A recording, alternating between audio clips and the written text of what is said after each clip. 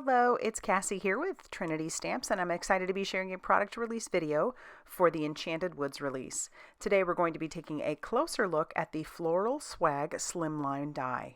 The Floral Swag Slimline die measures 7 inches by 3.25 inches and features an intricate floral border pattern, perfect for slimline cards or cut in pieces to use on smaller cards.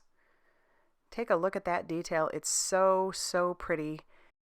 Now let's take a look at a card I made using the Floral Swag Slimline die. And now let's take a look at what the rest of the design team has made for you for some inspiration.